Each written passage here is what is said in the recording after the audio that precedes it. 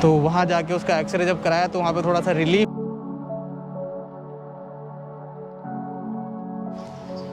Welcome back guys to my another blog. आपको भी लगता होगा ना हर ब्लॉग मेरा सीपी में स्टार्ट हो जाता है, क्योंकि बॉस अपने पास अभी कुछ काम ही नहीं है। वैसे तो मैंने ब्लॉगिंग स्टार्ट की थी कि मैं आपको नाइट क्लब्स के बिहाइंड द सीन दिखाऊंगा, कैसे ऑपरेट होते हैं, कैसे गैस लिस्ट मैनेज होती है, ETC।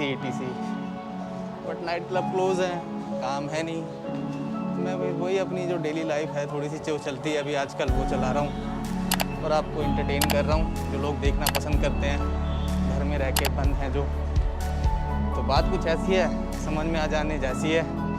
आज हम ब्लॉग सीपी में मतलब ब्लॉग बना रहे हैं और चलते हुए आपसे एक बात शेयर की जाएगी। ये स्टोरी है 3 महीने पहले स्टार्ट हुई थी। कल जाके उस स्टोरी का थोड़ा सा एंड हुआ। तो ये कि हमारी जो मेरा घर है, मेरे घर के पीछे वाली जो गली है उसमें जो स्ट्रीट डॉग है उसने पपी दिए। 7 थे 7, जिसमें से 3 अडॉप्ट कर लिए, 4 रह गए। और जो कहानी वो ये है उसमें से ना एक कुतिया थी, जिसको फीमेल में मुझे नहीं पता क्या बोलते हैं, कुतिया थी। उसको क्या हुआ, पहले कोई ले गया अडॉप्ट करके, उसे पता चला 2 दिन में करे ये तो फीमेल है। फिर वो वापस दे गया, उसको वापस रख गया और चेंज करके कुत्ता ले गया। ठीक है, और उस बेचारी के साथ ऐसा ही हुआ।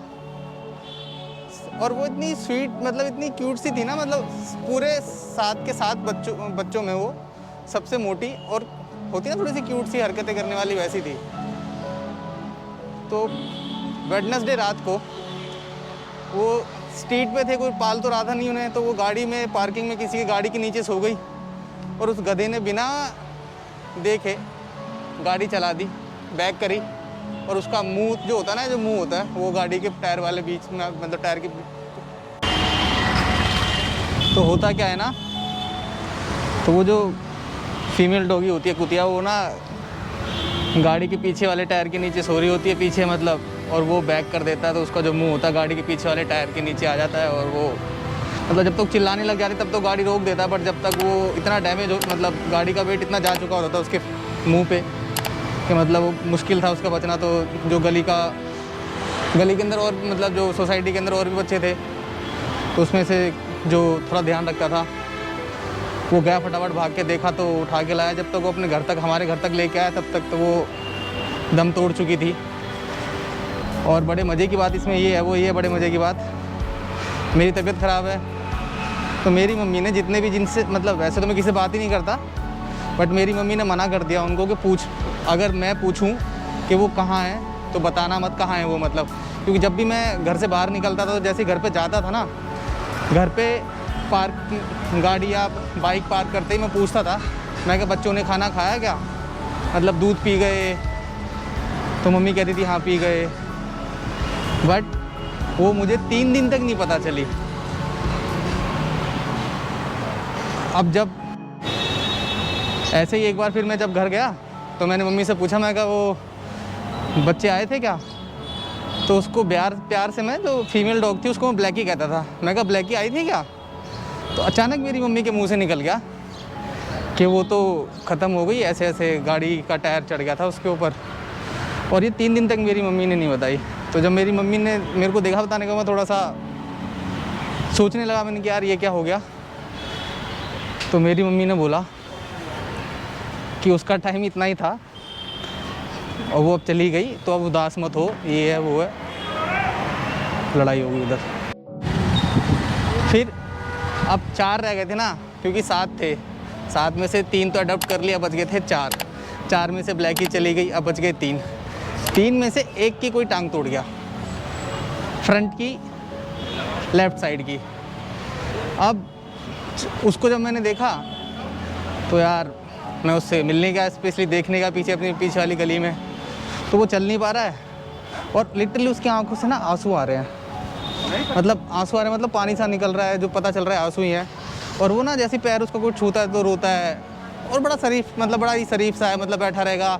अगर आप खाना दे दोगे जाके तो खा लेगा, अदरवाइज़ वो आपके पास आएगा भी नहीं खाना मांगे।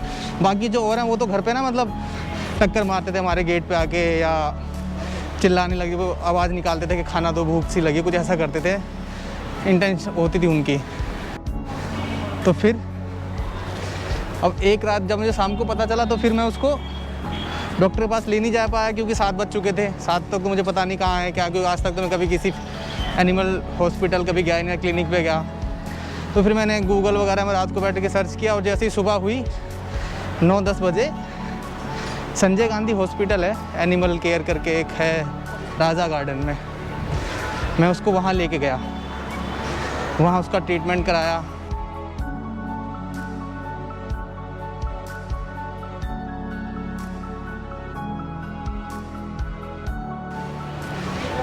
तो वहाँ जाके उसका एक्सरे जब कराया तो वहाँ पे थोड़ा सा रिलीफ मिला कि ये उसकी जो बोन है वो फ्रैक्चर नहीं है, मतलब क्रैक नहीं है, थोड़ा सा मतलब सूजन आई है, और उसका जो मांस है वो फट गया, अंदर का जो मसल है वो थोड़ी सी उस पर अंदर से फट गई है वो। बट फिर भी उन्होंने 17 डेज़ तक बोला है कि इसको रखो और इसको चलने मत दो। अब हमारा कोई पालतू तो है नहीं, फिर भी उसको हमने पट्टा डाल के बांध दिया है, मतलब ज़्यादा देर इधर उधर भाग नहीं सकता, जिससे कि वो थोड़ा सेफ रहे और उसकी केयर हो सके।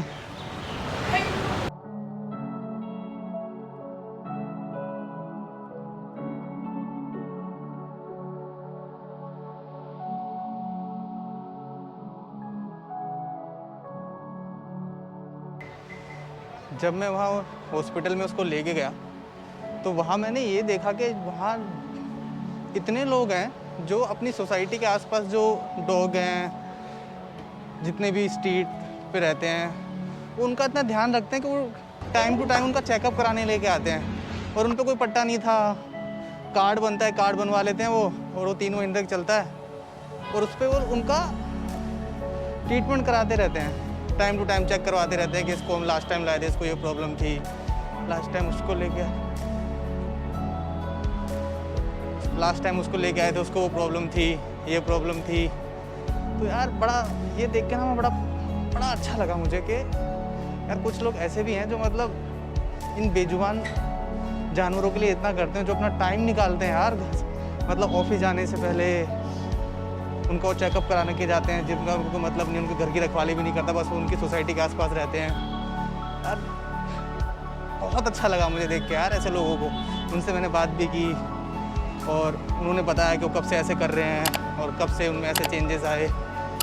तो कुछ लोगों को ना मतलब इससे एम भी मिल जाता है लाइफ में, हाँ यार कि हमारे पास कुछ है नहीं फ्री टाइम में करने के लिए, तो हमने ये काम ये कर लेते हैं, हमें अच्छा लगता है। और कुछ प्यार करते हैं डॉग से, तो एनिमल से, ये भी अच्छी चीज़ है।